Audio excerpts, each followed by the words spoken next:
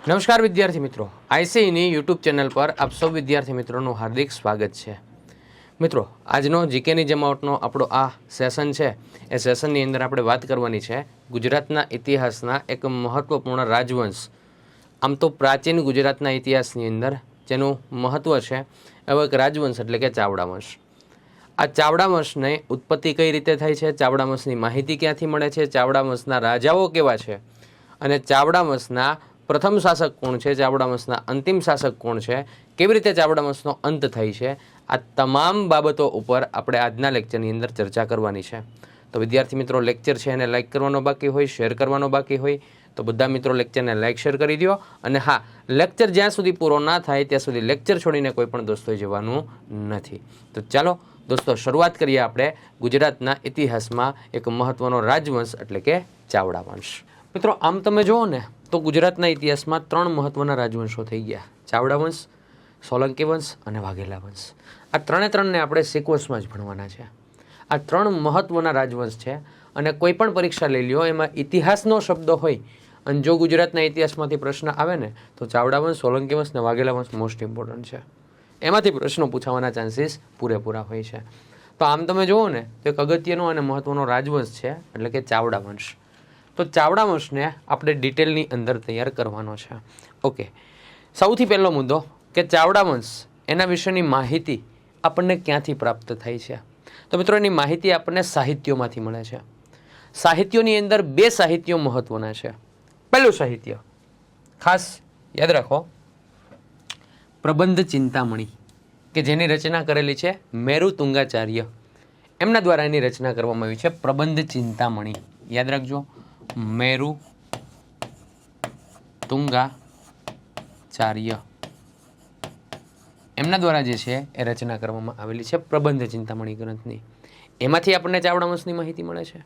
બીજું, રત્નમાળા, કે જે કૃષ્ણ કવિ એમના દ્વારા રચવામાં આવેલી છે રત્નમાળા, એની અંદરથી પણ આપણને ચાવડા વંશ વિશેની માહિતી પ્રાપ્ત થઈ છે। તો આ બે પ્રાપ્તિ સ્ત્રોતો છે। ઓકે, હવે ચાવડા વંશના ઇતિહાસની વાત કરીએ તો આપણે એક વ્યક્તિ જે છે એને મહત્વના વ્યક્તિને ધ્યાને લેવાના હોય છે અને એ વ્યક્તિ એટલે કે જયશિખરી ચાવડા। કોણ આવશે? જયશિખરી ચાવડા, રાજા જયશિખરી। જયશિખરી નામનો શાસક, એમનું શાસન હતું પંચાસર નામના રાજ્યની અંદર। જયશિખરી જે છે એ મૈત્રક વંશના સમયગાળામાં શિલાદિત્ય ત્રીજો એના સમયગાળામાં સેનાપતિ હતો। તેને જાગીર મળેલી હતી પંચાસરનું રાજ્ય અને આગળ જતા સમયાંતરે મૈત્રક વંશનું પતન થતાં ધીમે ધીમે એમના સામ્રાજ્યની અંદર જેટલા પ્રાંતો હતા ને સ્વતંત્ર થયા, તેમ પંચાસર પણ સ્વતંત્ર થયું અને પંચાસરની અંદર શાસન ભોગવતા હતા કોણ? તો કે જયશિખરી। એપ્રોક્સ એવું કહી શકાય કે પંચાસરની અંદર સાતમા સૈકાની અંદર જે છે એ જયશિખરીનું શાસન હતું। મસ્ત મજાનું સામ્રાજ્ય ડેવલપ કરેલું હતું। આર્થિક દ્રષ્ટિએ જુઓ, સામાજિક દ્રષ્ટિએ જુઓ, ધાર્મિક દ્રષ્ટિએ જુઓ, સાંસ્કૃતિક દ્રષ્ટિએ જુઓ, બધી રીતે પંચાસર ખૂબ જ સુખી અને સમૃદ્ધ પ્રાંત હતો। હવે એ સમયગાળા દરમિયાન પરિસ્થિતિ એવી બની કે પંચાસરના એક બારોટ મુલાકાત લેતા હોય છે, જે ભારત લેવલે બેઠો હોય છે એક શાસક જેનું નામ છે રાજા ભુવડ। રાજા ભુવડ જે છે એના દરબારની અંદર પંચાસરના એક બારોટ જતા હોય છે અને ત્યાં જઈને બારોટ જે છે એ બારોટ પોતાની ઓળખાણ આપે છે કે હું પંચાસર રાજ્યમાંથી આવું છું। ત્યારે ભુવડ જે છે એને પંચાસર રાજ્ય વિશેની માહિતીઓ પૂછતા હોય છે અને બારોટે પંચાસર રાજ્યની સુખ અને સમૃદ્ધિ વિશેની માહિતી ભુવડને આપી કે ત્યાંના રાજા એટલે જયશિખરી છે, એમનું સામ્રાજ્ય ખૂબ સારામાં સારું છે અને ત્યાં આગળ ધન પણ ખૂબ સારું છુપાયેલું છે, ત્યાં આગળ સામાજિક દ્રષ્ટિએ, ધાર્મિક દ્રષ્ટિએ, આર્થિક દ્રષ્ટિએ બધી રીતે બહુ મસ્ત મજાનું સેટઅપ છે। એવા રાજ્યમાંથી હું આવું છું અને રાજ્ય છે પંચાસર અને મારા શાસક એટલે કે જયશિખરી ચાવડા છે, એના ભરપૂર વખાણ કર્યા।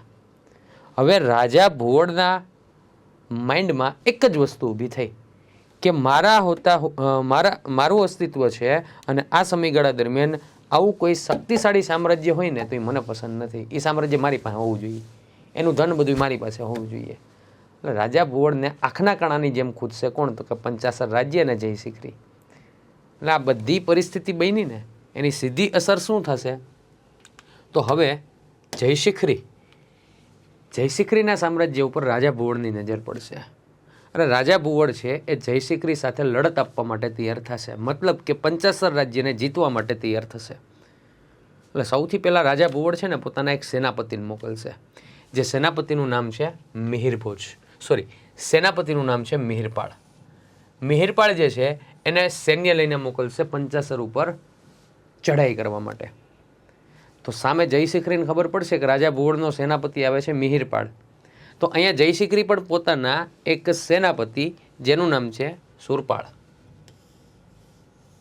એને જે છે એનો સામનો કરવા માટે તૈયાર કરશે. એનો મતલબ કે અહીંયા મિહિરપાળ વર્સેસ સુરપાળ, આ બંને વચ્ચે યુદ્ધ થશે. મિહિરપાળ કોણ હોય તો કે રાજા ભુવડનો સેનાપતિ હોય, અને સુરપાળ કોણ હોય તો કે જયશિખરીનો સેનાપતિ હોય. હવે સુરપાળ અને જયશિખરી વચ્ચે ડબલ રિલેશન હતા. જયશિખરીનો સાળોય હતો ને સેનાપતિ હતો, કોણ તો કે સુરપાળ. એમ સુરપાળના રાજા હતા ને બનેવી હતા, કોણ તો કે જયશિખરી. એમ ડબલ રિલેશન હતા. એટલે ભુવડનો સેનાપતિ મિહિરપાળ અને જયશિખરી ચાવડાનો સેનાપતિ એટલે સુરપાળ, આ બંને વચ્ચે ધમાસાણ યુદ્ધ થશે. આ યુદ્ધનું પરિણામ શું આવશે તો અહીંયા સુરપાળ જે છે એ જીતી જશે, મતલબ કે જયશિખરી જે છે એની જીત થશે, અને મિહિરપાળ જે ભુવડનો સેનાપતિ હતો એની હાર થશે અને એમણે પંચાસરમાંથી પીછેહટ કરવી પડશે. એટલે અહીંયા રાજા ભુવડનો સેનાપતિ હાર્યો, એનો મતલબ રાજા ભુવડ હાર્યો. તો બીજો પ્રયત્ન રાજા ખુદ કરશે, ખુદ ગબ્બર આવશે. એટલે કે ભુવડ રાજા ચડાઈ કરવા માટે આવશે પંચાસર ઉપર. જયશિખરીને ખબર પડી કે પંચાસર ઉપર આક્રમણ કરવા માટે ભુવડ આવવાનો છે. એટલે અહીંયા જયશિખરી પોતે તૈયાર થયા. એટલે હવે બીજું યુદ્ધ થશે એ જયશિખરી ચાવડા અને ભુવડ, આ બંને વચ્ચે યુદ્ધ થશે. બરાબર. તો ભુવડનું આક્રમણ થયું એટલે ભુવડની સામે જે છે એ પંચાસર રાજ્યની અંદર લડશે કોણ તો કે જયશિખરી. જયશિખરી અને ભુવડ વચ્ચેનું યુદ્ધ થશે. ઓકે, ભુવડની ફૂલ ઈચ્છા પંચાસર જીતવું છે, જયશિખરીની ફૂલ ઈચ્છા ભુવડને બગાડવો છે. બંને વચ્ચે માથાકૂટ થઈ. મિત્રો એવું કહેવાય છે 52 દિવસ સુધી યુદ્ધ થયેલું. કેટલા દિવસ સુધી? 52 દિવસ સુધી જે છે યુદ્ધ ચાલુ રહ્યું. પણ 40-45 દિવસ થયા ને એટલે જયશિખરી ચાવડાને એક અંદેશો આવી ગયો કે ભાઈ આ યુદ્ધની અંદર જીતવું થોડુંક કઠિન છે. નો ડાઉટ જીતી જશું પણ થોડુંક કઠિન છે. શું કામ તો કે બે ઉપાધિ હતી. પહેલી તો કે પોતાના સામ્રાજ્યને બચાવવાની અને યુદ્ધમાં જીત મેળવવાની, અને બીજી તો કે એમના પત્ની છે એ ગર્ભવતી હતા, એમના પેટમાં એક બાળક જે છે એનું પાલન પોષણ થતું હતું. એટલે બે ઉપાધિ હતી.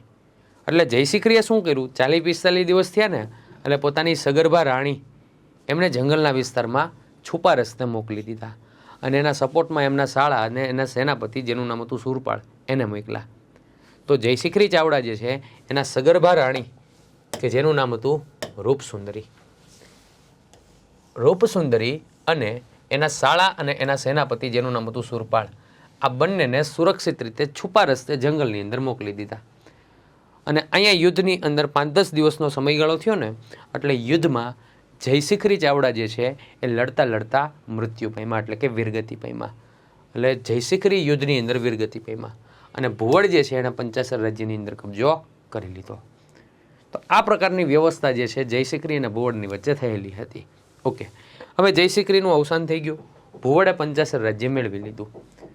જંગલના વિસ્તારમાં પરિસ્થિતિ એવી બની કે અહીંયા જંગલમાં રૂપસુંદરી એક બાળકને જન્મ આપશે, અને એ બાળક વનમાં જન્મેલો હોવાથી બાળકનું નામ રાખવામાં આવ્યું વનરાજ.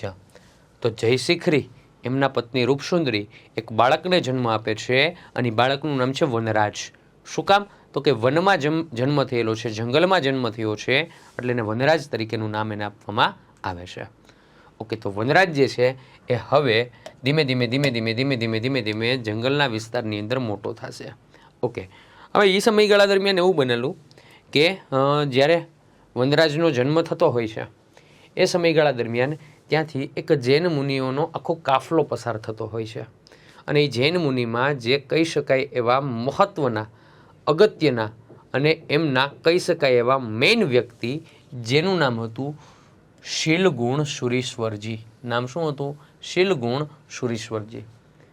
જંગલમાંથી પસાર થતા હતા ને એટલે એક બાળકના રડવાનો એમને અવાજ આવ્યો, અને રડવાનો અવાજ આવ્યો એટલે એ મુનિએ આજુબાજુમાં જોયું તો એક નાની કુટીર હતી ને ત્યાંથી બાળકના રડવાનો અવાજ આવતો હતો. તો એ સમયગાળા દરમિયાન બાળકના રુદનને શાંત પાડવા માટે જૈન મુનિ શીલગુણ સોરીજી જે છે એ કુટીરમાં જશે. ત્યાં જોશે ને એટલે એમની માતા એમને બાળકને શાંત પાડતી હોય છે, પણ બાળક શાંત નથી પડતો. એટલે શીલગુણ સોરીજી જે છે પોતાનો પરિચય આપે છે કે અમે જૈન મુનિઓનો સંઘ આખો અહીંથી પસાર થતા હતા, આ બાળકનું જે રુદન અમે સાંભળ્યું ને એમાં અમને કંઈક અલગ જ જે છે એ ફીલ થયું, એટલા માટે અમે અહીંયા આવ્યા છીએ. બાળક જે છે પારણામાં, તો બાળકની નજર સમક્ષ જૈન મુનિ જોવે છે અને અંદેશો લગાવે છે કે આ વ્યક્તિ મોટો થઈને એક સારામાં સારો કુશળ શાસક બનશે. બરાબર, આવું અનુમાન લગાવતા હોય છે જૈન મુનિ શીલગુણીશ્વર સુરીજી. ધીમે ધીમે ધીમે ધીમે બાળક જે છે એ મોટું થાય છે, અને મોટું થતાં એની અંદર પોતાના પિતાના જે ગુણો છે એ ગુણો આવતા હોય છે. મતલબ કે એક શાસક તરીકે, એક રાજા તરીકેના ગુણો એની અંદર આવતા હોય છે. અને આ જૈન મુનિ શીલગુણ સુરેશ્વરજી જે છે એમની ભવિષ્યવાણી સાચી પડતી હોય છે.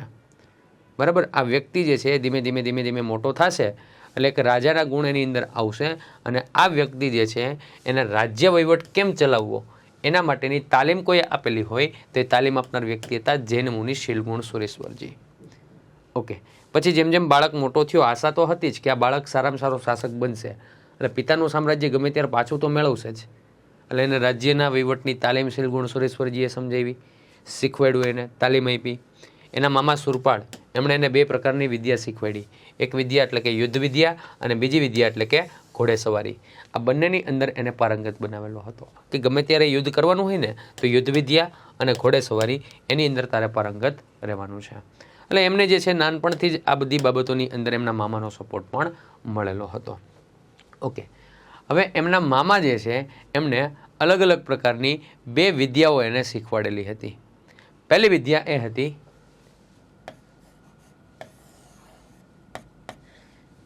તીરંદાજી, એટલે કે બાણ કેવી રીતે ચલાવવું, બાણ વિદ્યા એને શીખવાડેલી હતી. બરાબર, તીર ટૂંકમાં આપણે કહીએ ને બાણ વિદ્યા કેવી હોય તો કહી શકીએ આપણે એને. શું કહી શકીએ આપણે એને? બાણ વિદ્યા કહી શકીએ. એક એને શીખવાડેલી હતી બાણ વિદ્યા. બરાબર, બાણ વિદ્યા એને શીખવાડેલી હતી. અને બીજું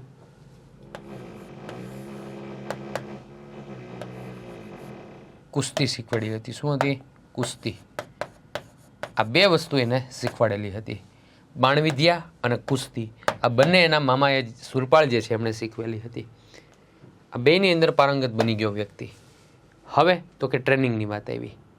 એટલે એ સમયગાળા દરમિયાન બાણ વિદ્યાનો ઉપયોગ કરવા માટે જંગલના વિસ્તારમાં મામા સુરપાળ અને વનરાજ બંને જતા હોય છે. મામા એક વૃક્ષને આડા ઊભા રહી જાય છે. ઓકે, અને બાણ સાથે વનરાજને કહે છે તું એ રસ્તામાં ઊભો રહે, સામેથી કોઈ પણ વ્યક્તિ આવે ને અને તારે એને બાણ મારવાનું અને એની સાથે યુદ્ધ કરવાનું, એને લૂંટી લેવાનું તારે. જો તું આ કરી શકીશ ને તો તું સારામાં સારો શાસક તરીકે આગળ જતા ઉભરી આવીશ. આ તારી ટ્રેનિંગ છે. કીધું ઓકે. મામા સુરપાળ ઝાડવા આડા ઊભા રહી ગયા જંગલમાં, અને બાણ સાથે જે છે તીરકામઠા સાથે જે છે વનરાજ રસ્તા વચ્ચે ઊભો રહ્યો. આમાંથી એક વ્યક્તિ આવ્યો, હાથમાં જે છે એ શું હતું તો કે બવણીઓ હતી, પાછળ તો કે તીરકામઠા ને બધી વસ્તુઓ હતી. બરાબર, તીર ને બધી વસ્તુઓ હતી, બાણ ને એવું બધું. હવે વ્યક્તિ ધીમે ધીમે આગળ આવ્યો તો અહીંયા વનરાજ વચ્ચે ઊભો અને બાણ આમ ખોલીને ઊભો રહ્યો. એ કે ભાઈ જે વસ્તુ એને આપી દે, નકર ઉપાડી લઈશ, કોબો ઉપાડી લઈશ તારો, હાલ જે હોય એ આપી દે. ઓલો વ્યક્તિ કે ભાઈ જો છું વેપારી, ઘીનો વેપાર કરવા માટે નીકળો હું, મન જવા દે ભાઈ, તું જે હોય મને અહીંથી તું પસાર થઈ જવા દે. નહીં ભાઈ, જે હોય એ આપી દે, હાલ નકર અહીંથી ઉપાડ લે હાલ. તો ઓલો હામો વેપારી હતો ને એને બધી બવણી મૂકી સાઈડમાં ઘીની, અને બાણ કાઢ્યું, તીર આમ કર્યું કે બોલ મોટા શું છે કે હાલ, હું યુદ્ધ વિદ્યાનો સારો એવો જાણકાર છું.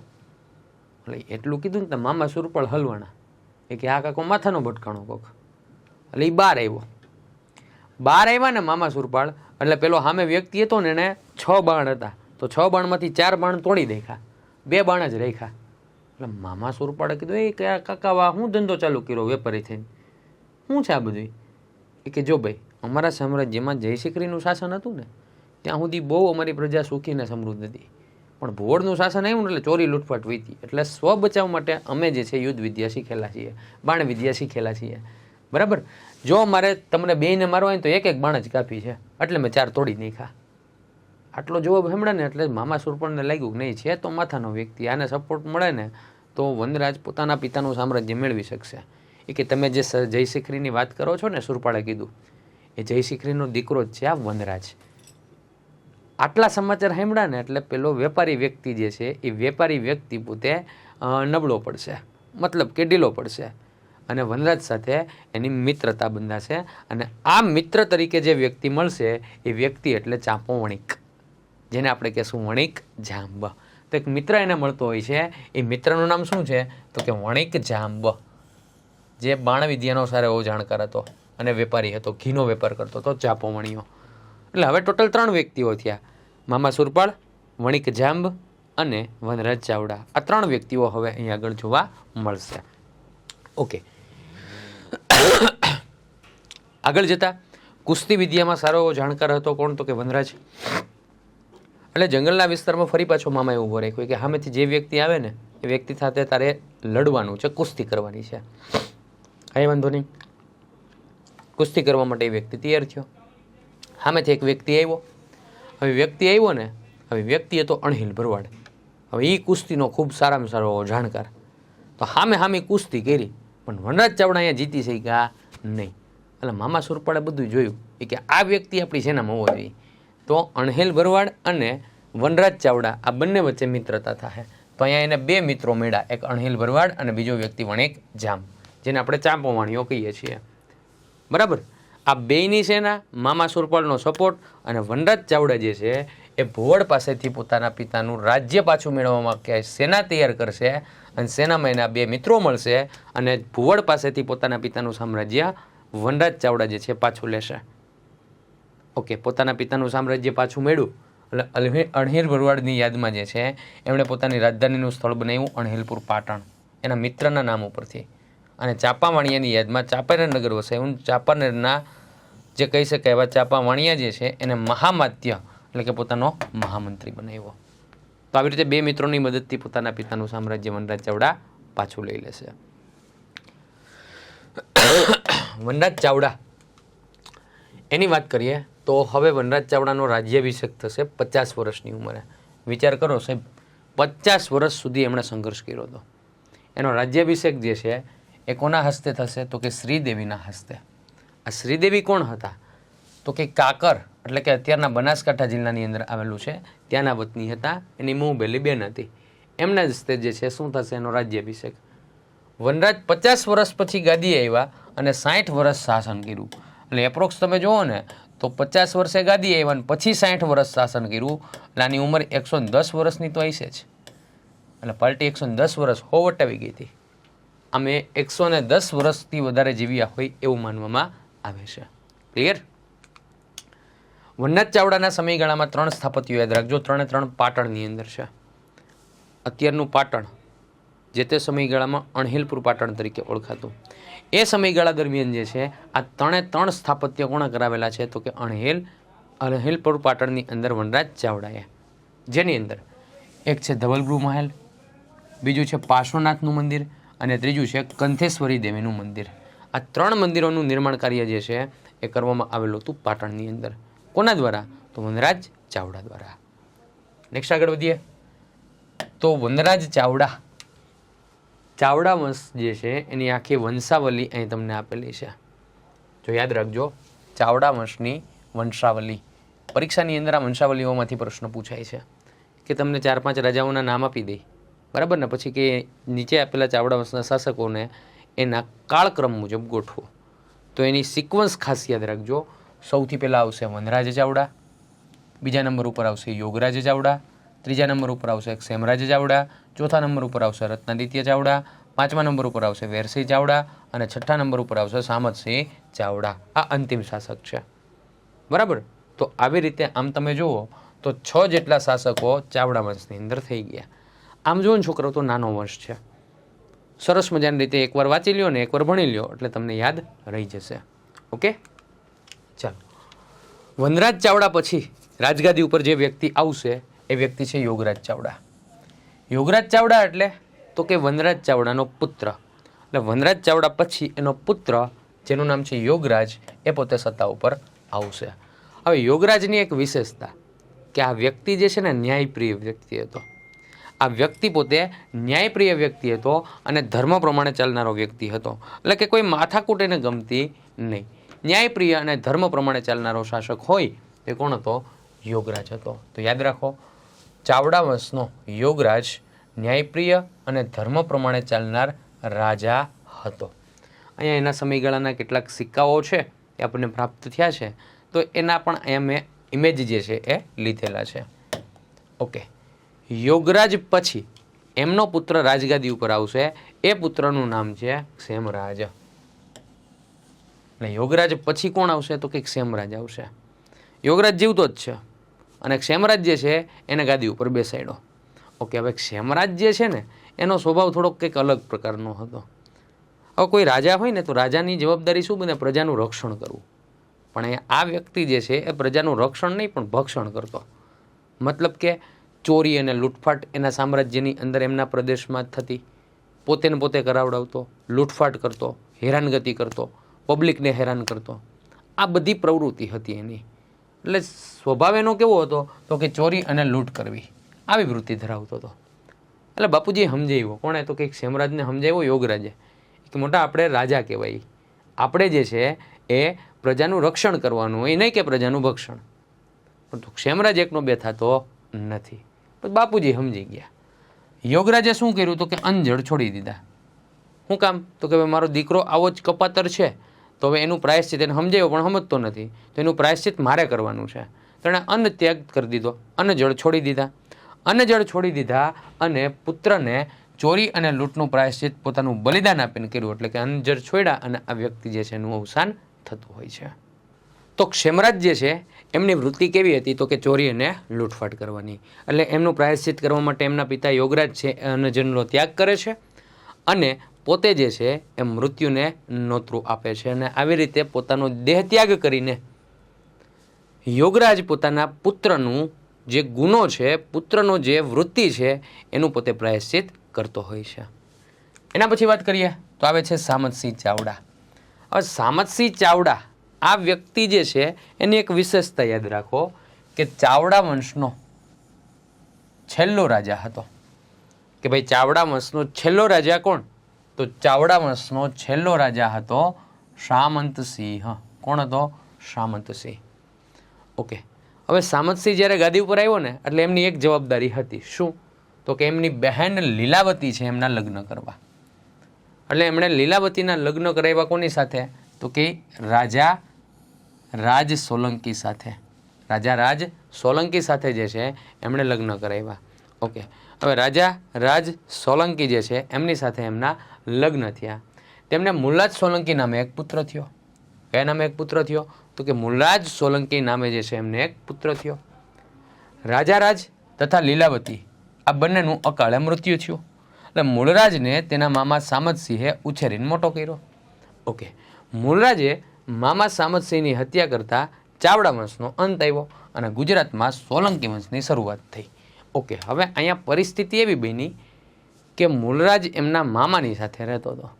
હવે મામાનું નામ હતું સામતસિંહ. હવે સામતસિંહ એટલે કેવો ધૂની મગજનો માણસ. સામતસિંહ શું કરે? તો કે રોજ રાતે મદિરાપાન કરે. મદિરાપાન કરે, પોતાના કક્ષમાં જાય, પછી પોતાના ભાણિયાને બોલાવે. ભાણિયાને કંઈ પગ દે, ભાણિયો પગ દાબે.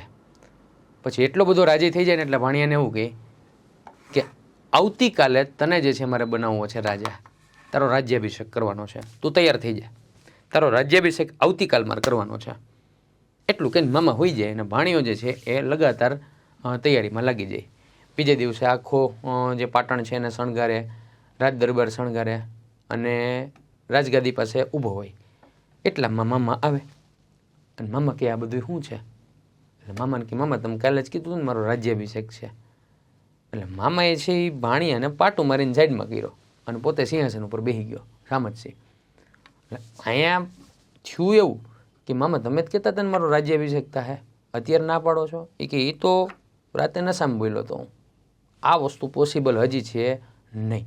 આમ કરીને અપમાન કર્યું. મામાએ કીધું, ભાણીએ કીધું વાંધો નહીં, મામા છે કાંઈ વાંધો નહીં, જવા દે. સેમ ટુ સેમ બીજી વાર એવું થયું, સેમ ટુ સેમ ત્રીજી વાર એવું થયું, 3 વાર આવું થયું ને એટલે હવે ભાણિયાનો કૂટો છિટકો. એટલે ચોથી વખત જ્યારે મામા પગ દબ્બા બોલાવ્યા ને કીધું ને કાલે તારો રાજ્યાભિષેક કરવાનો છે, એટલે અહીંયા ભાણિયાનો કૂટો છિટકો. શું કર્યું તો કે મામાના ધીમે ધીમે પગ દાબતો કેડે આવ્યો, કેડેથી વાહે આવ્યો ને વાહેથી સીધું ગળે આવી ગયો અને મામાનું દબ્બી દીધું ગળું અને મામાને કરી નાખી હત્યા. તો આવી રીતે મૂળરાજ જે છે એ મૂળરાજે મામા સામતસિંહની હત્યા કરી નાખી અને પોતે જે છે એ રાજગાદી ઉપર બેઠો. તો આવી રીતે ચાવડા વંશનો અંત થશે અને ગુજરાતની અંદર મૂળરાજ જે છે એ સોલંકી વંશનો રાજવી હતો. રાજા રાજરાજ સોલંકીનો દીકરો હતો એટલે સોલંકી વંશની જે છે એ ગુજરાતમાં સ્થાપના થશે. તો આવી રીતે સોલંકી વંશની ગુજરાતની અંદર સ્થાપના થઈ જશે. તો વિદ્યાર્થી મિત્રો, અહીંયા આપણે ચાવડા વંશ જે છે એને પૂર્ણ કરીએ છીએ. આશા રાખું છું કે આપ સૌ વિદ્યાર્થી મિત્રોને ખૂબ મજા આવી હશે. જો નવા હોય આઈસી રાજકોટ યુટ્યુબ ચેનલ ઉપર તો ખાસ આપણી આઈસ રાજકોટ યુટ્યુબ ચેનલને સબસ્ક્રાઈબ કરો. તમારા મિત્રો સુધી પણ માહિતી પહોંચાડો કે આઈસ રાજકોટ યુટ્યુબ ચેનલ ઉપર જીકેની જમાવટ નામની લેક્ચર સિરીઝ ચાલે છે. એની અંદર મહત્ત્વના જે પોર્શન જે છે, જે તમારી પીએસઆઈ કોન્સ્ટેબલની પરીક્ષામાં અને અન્ય સ્પર્ધાત્મક પરીક્ષામાં ઉપયોગી થાય એના વિશેની માહિતી આપવામાં આવે છે. તો મજા આવી હોય તો લેક્ચરને લાઇક કરો, તમારા મિત્રો સુધી શેર કરો. તો મિત્રો ફરી પાછા આપણે મળીશું આવા જ કોઈ નવા વિડીયો સાથે. ત્યાં સુધી બધા જ વિદ્યાર્થી મિત્રોને થેન્ક યુ વેરી મચ.